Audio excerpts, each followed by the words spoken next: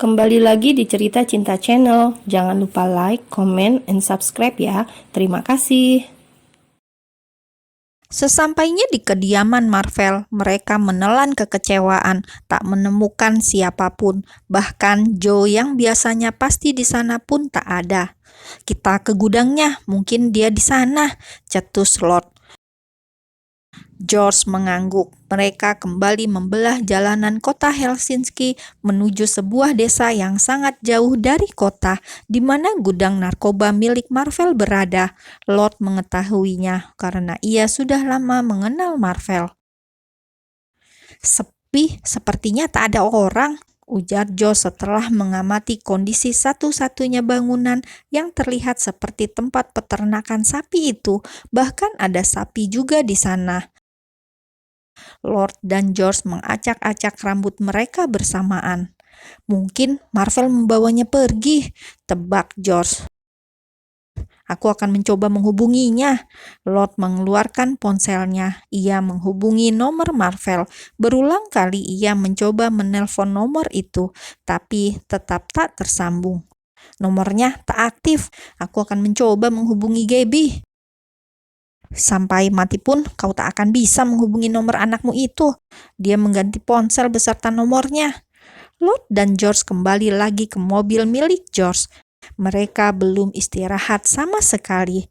Lord terlihat gelisah. "Kenapa kau tak bisa diam?" seru George. "Bagaimana aku bisa diam? Jika Gabby benar pergi dengan Marvel, akan gawat urusannya. Kau tahu, Marvel itu bandar dari segala bandar. Dia mafianya. Semua bandar ada di bawah perintahnya, termasuk Sanchez yang Davis jebloskan ke penjara itu. Gabby akan terlibat dalam masalah jika dia pergi bersama Marvel. Satu saja Sanchez mengatakan nama sindikat yang terlibat dengannya, maka akan terusut, dan aku tak ingin Gabby ikut tertarik ke dalam masalah Marvel." 1 bulan berlalu, Lord dan George tetap tak menemukan kemana Gabby pergi. Jejaknya sama sekali tak ditemukan. Bahkan mencari tiket penerbangan, kapal, hingga kereta api pun tak ada nama Gabby dan Marvel. Selama itu juga, Lord dan George hanya tidur selama beberapa jam saja. Mereka terus mencari Gabby. Setidaknya mereka tahu jika Gabby masih hidup atau mati. Tak seperti saat ini yang tak tahu bagaimana kabarnya. Anak buah Marvel pun tak ada yang bisa mereka temukan, seolah ditelan bumi semua kehidupan Marvel itu. "Aku akan memantau perkembangan persidangan Sanchez. Jika dia memiliki bukti tentang Marvel ataupun orang-orang yang berada di bawah kekuasaan Marvel, kita harus segera menemukan Gabby. Aku tak ingin dia terlibat dalam masalah," ujar Lord. Mereka berdua sungguh frustasi mencari di mana perginya Gabby dan Marvel. Hampir seluruh Finlandia mereka kelilingi, tapi tak mendapatkan hasil apapun. Sementara itu, di Papilan Hieta masih berada di negara Finlandia, sebuah pulau kecil yang berada di tengah sungai Torn, perbatasan antara Finlandia dan Swedia. Gabby sangat senang tinggal di sana. Lingkungan yang asri dengan hamparan rerumputan hijau dikelilingi oleh pepohonan hijau yang menjulang tinggi. Air sungai yang begitu jernih membuatnya sangat tenang dan melupakan hidupnya yang pelik. Sebuah bangunan yang kokoh di pulau itu, tempat Marvel menjalani penyembuhan putus dari obat zat adiktif. Sudah 1 bulan lamanya Marvel berada di dalam ruangan kaca yang tebal dan sulit dipecahkan itu, karena demi keamanan pasien di sana juga. Bahkan barang-barang di dalam ruangan Marvel semuanya tak ada yang tajam.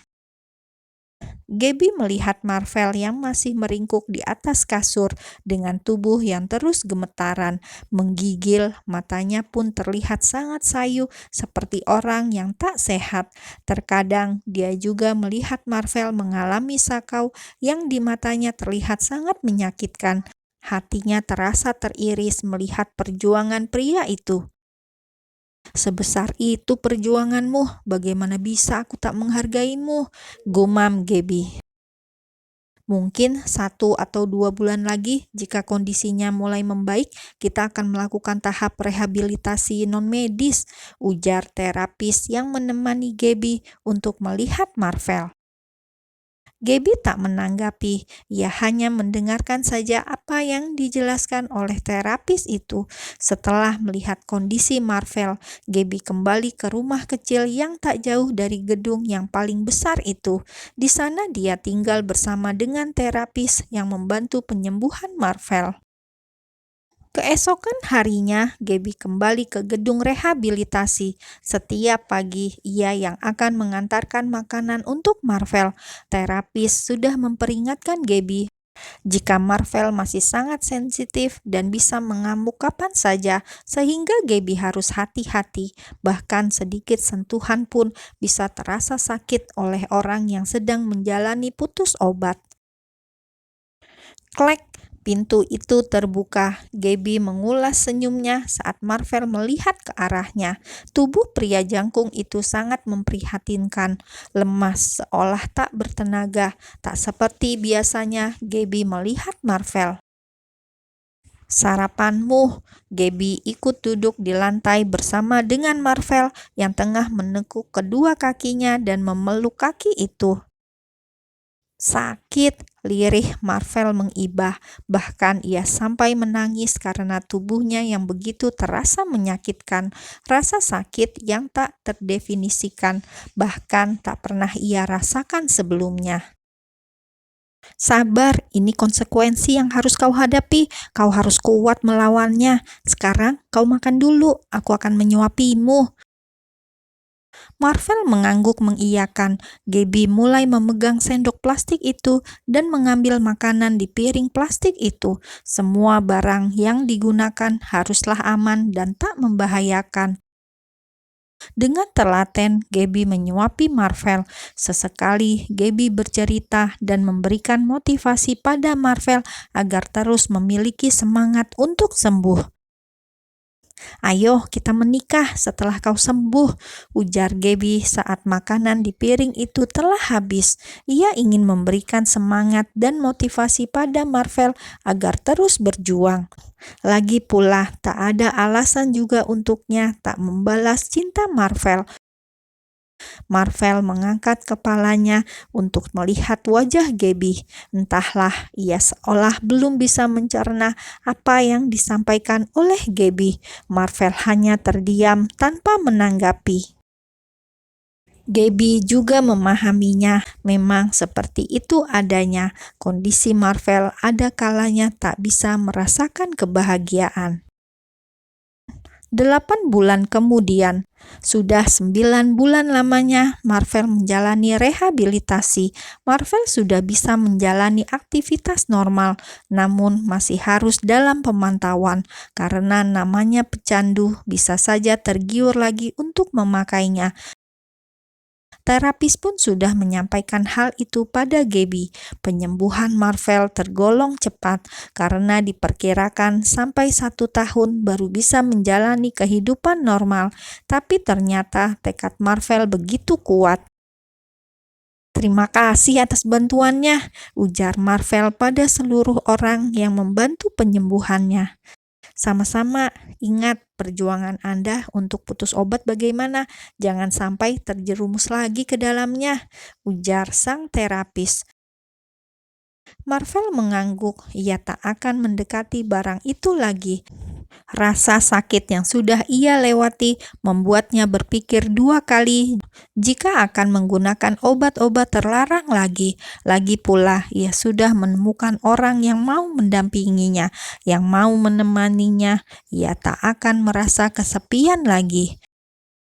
Marvel dan Gaby berpamitan. Mereka mengendarai mobil Marvel yang digunakan untuk transportasi mereka setelah menyeberangi sungai.